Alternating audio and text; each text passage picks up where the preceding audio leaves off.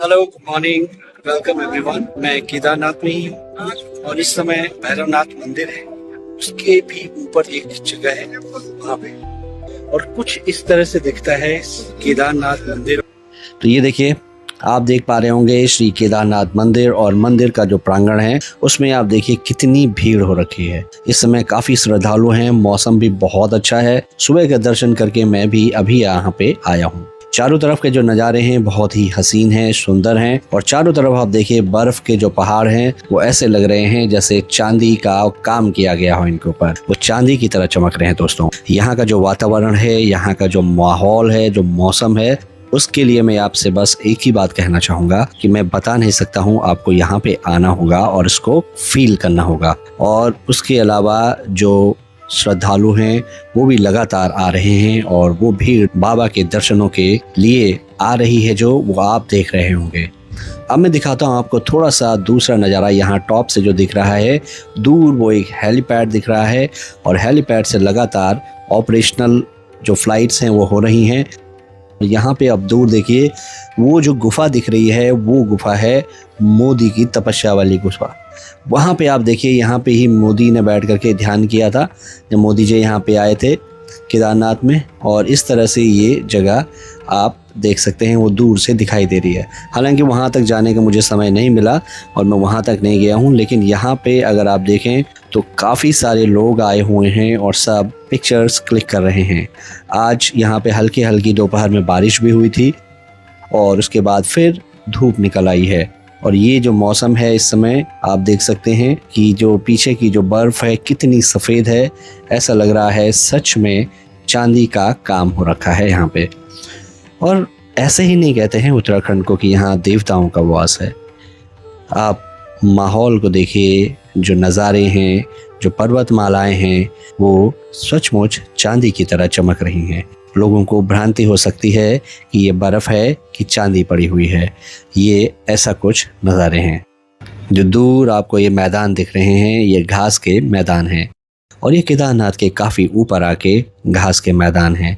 यहाँ पे ज़्यादातर जो बकरी वाले होते थे या बकरवाल होते हैं, वो अपनी बकरियों को और जानवरों को लेके आते थे चराने के लिए, और वो समय समय पे यहाँ से अपना ठिकाना बदलते रहते हैं, तो वो पूरे इलाके में घूमते रहते हैं।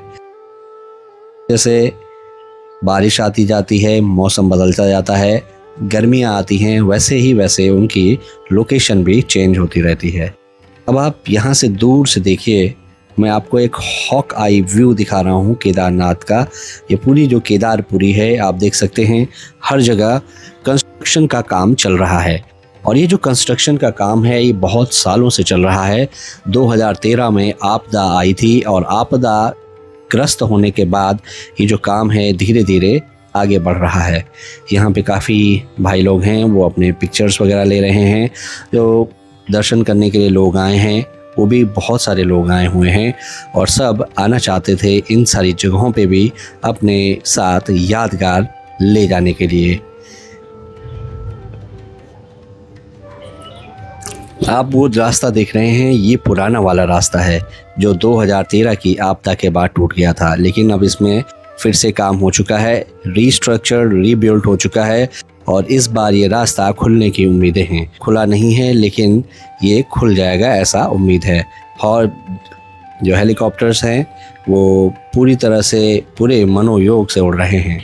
एक चीज़ है दोस्तों, यहाँ पे मैंने देखा, जो लोग दर्शनों के लिए आ रहे हैं वो बहुत ही ज़्यादा उत्साहित हैं। उनमें से बच्चे भी हैं, बूढ़े भी हैं, जवान तो हैं ही हैं, और जो वृद्ध लोग हैं और जो बच्चे हैं उनमें भी गजब का उत्साह है। सारे लोग यहाँ पे आना चाहते हैं, भगवान को अपने नज़रों से सामने देखना चाहते हैं। ये ऐसी कुछ भगवान की कृपा है उन लोगों के ऊपर, लोग उनको आके यहाँ पे देख पा रहे हैं। क्योंकि काफ़ी लोग जो प्लान करते हैं यहाँ आने के लिए वो आ नहीं पाते, और कुछ मेरे पास एक आध उदाहरण है अपने सामने जो मैंने देखा लोगों को कि वो प्लान कर रहे थे लेकिन नहीं हो पाया। अब आप ये पीछे देखिए, ये शंकराचार्य जी की समाधि स्थल है। शंकराचार्य जी की जो समाधि स्थल है पहले वो आगे हुआ करती थी, वहाँ से जब 2013 का फ्लैश फ्लड आया तो वो पीछे शिफ्ट हो गया है। अब उसका नवनिर्माण हुआ है और उसको बनाया गया है। अब वो भव्य तरीके से बनाया गया है। आप मेरे वीडियो में देख सकते हैं कि यहाँ पे जब मैं शंकराचार्य जी के दर्शन करने गया था तो वो मूर्ति जो शंकराचार्य जी की बनाई गई है वो भी बहुत ही मनोहारी है, मनमोहक है। भैरवनाथ जी के भी कपाट खुल गए हैं और अब लोगों की वहाँ पे दर्शनों की भीड़ है। तो अब जैसे ही केदारनाथ जी के कपाट खुलते हैं, उसके बाद जो पहला मंगलवार या शनिवार आता है उस दिन भैरवनाथ जी की पूजा होती है। उनके कपाट विधिवत खोले जाते हैं। जब उनके कपाट खुल जाते हैं, क्योंकि वो केदारपुरी के रक्षक हैं या यहाँ के क्षेत्रपाल हैं, उनकी आज्ञा के बिना यहाँ पे कुछ नहीं होता। उनके जब कपाट खुल जाते हैं तो उसके बाद फिर शाम की जो आरती होती है बाहर आप वो देख सकेंगे, और उस जो भगवान के जो भोग श्रृंगार तो सारे कार्यक्रम आप होने लगेंगे। अब दोस्तों बात करते हैं यहाँ के मौसम की, जो पल पल में बदलता है। यहाँ का मौसम हर घंटे में बदल जाता है। घंटे पहले कभी बारिश हो रही थी, अब धूप निकल आई है और धूप निकलने के बाद फिर से वही चालू हो गया है। ताज़ा ताज़ा जो बर्फ़बारी हुई है अभी तक, क्योंकि जो बर्फ़बारी हुई है वो काफ़ी देर तक हुई है और उसकी वजह से बर्फ़ अभी भी है। बहुत सारी जगहों पे नीचे बर्फ़ है और नीचे जो दुकानें हैं, रास्ते हैं, उन पे भी बहुत ज़्यादा मात्रा में बर्फ़ जमा हुई है। तो आप इस बात को समझ सकते हैं यहाँ से। दोस्तों ये जो आप देख रहे हैं बर्फ से ढके हुए पहाड़, चारों तरफ मंदाकिनी क्षेत्र और इनके बीच में स्थित महादेव, और जो मंदाकिनी नदी है वो कल कल बहती हुई जा रही है, उसकी आवाज दिलों में गूंज रही है। और ये पूरा क्षेत्र भगवान केदारनाथ की स्तुति करने के लिए मानो चारों तरफ से हाथ जोड़े खड़ा है। और जो मंदाकिनी नदी है वो कल कल बहती हुई पांव पखारते हुए महादेव के जा रही है। इस दृश्य को महसूस करने के लिए आपको आंखों से नहीं दिल से देखना पड़ेगा। अब चलते हैं नीचे दोस्तों, काफ़ी शाम के टाइम हो गया है और अब हम जा रहे हैं, क्योंकि अब भैरवनाथ से नीचे का जो रास्ता है ये वो है जिस पे मैं अभी चल रहा हूँ, और नीचे पहुँचते पहुँचते थोड़ा सा समय लग जाता है। ये क्योंकि थोड़ा सा स्टीप चढ़ाई है, उतार है, ढलाव है यहाँ पे, और अगर आपको चढ़ने में उतरने में दोनों टाइम पे थोड़ा सा दिक्कत तो रहती है, अगर आप डेली इसका यहाँ पे चढ़ने की उतरने की प्रैक्टिस आपकी अगर नहीं है तो। और जैसे ही हम नीचे पहुँचेंगे तो फिर आरती का समय ऑलरेडी हो चुका है, क्योंकि शाम को 6:30 बजे आरती हो जाती है और आरती में भाग लेने के लिए काफ़ी सारे लोग जो भक्त हैं वो सब वहाँ पे जमा रहते हैं। और जैसे ही वहाँ पे जाएंगे तो वहाँ का भी नज़ारा और दिव्य और भव्य रहता है। आप देख सकते हैं ये कितने सारे टेंट और कैंप्स यहाँ पे लगे हुए हैं। टेंट और कैंप्स लोगों के प्राइवेट हैं, उन लोगों ने अपने लगाए हैं, और जो आसपास के लोग होते हैं यहाँ के, उन लोग की अपनी रोजगार के लिए या अपने बिजनेस वगैरह खोलने के लिए यहाँ पे जगहों पे ये टेंट और ये कैंप्स वगैरह लगाए गए हैं। पूछे तो ये दुकानें अगर ना हो तो लोग जो यहाँ पे दर्शन करने आ रहे हैं उनकी जिंदगियाँ दुरूह हो जाएं। ये दुकानें यहाँ पे ना बने तो यहाँ खाने के लिए कुछ नहीं है, और ये इतना दुर्गम क्षेत्र है कि यहाँ पे अपने आप को लाना लोगों को पैदल वही एक बड़ी बात हो जाती है, सामान लाना तो बहुत बड़ी बात है।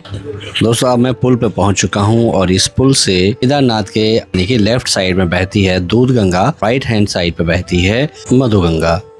अब हम पहुँचने वाले हैं केदारनाथ जो प्रांगण है वहाँ पे, और अब आरती होने वाली है।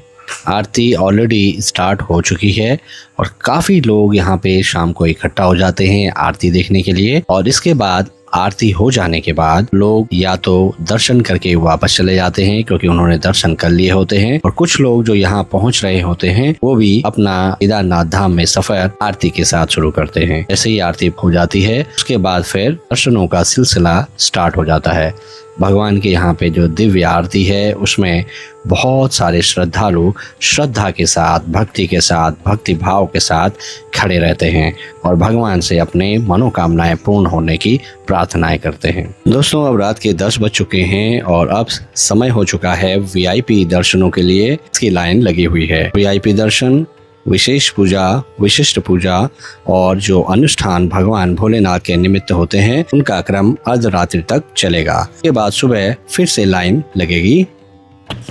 आज सुबह से ही मंदिर में भीड़ है, लेकिन भीड़ पहले के दिनों की अपेक्षा थोड़ी सी कम है। जैसे जैसे दिन बीत रहे हैं वैसे वैसे मंदिर में जो व्यवस्थाएं हैं और आसपास की जो व्यवस्थाएं हैं वो पटरी पे आ रही हैं। शुरुआती कुछ दिनों में बहुत सारी भीड़ के कारण और बर्फ ज्यादा होने के कारण व्यवस्थाएं थोड़ा पटरी पे नहीं थी। इसी के साथ वीडियो दोस्तों अभी समाप्त करने का समय हो गया है। आपसे फिर मुलाकात होगी नए वीडियो में। देखते रहिए मेरा चैनल, सब्सक्राइब कीजिए, लाइक कीजिए, शेयर कीजिए अपने दोस्तों मित्रों के साथ। और हाँ, अगर आप केदारनाथ धाम के दर्शन करने हैं और यहाँ पे रुकने की व्यवस्थाएं करानी है तो आप मुझसे संपर्क कर सकते हैं। हर हर महादेव, जय श्री केदार।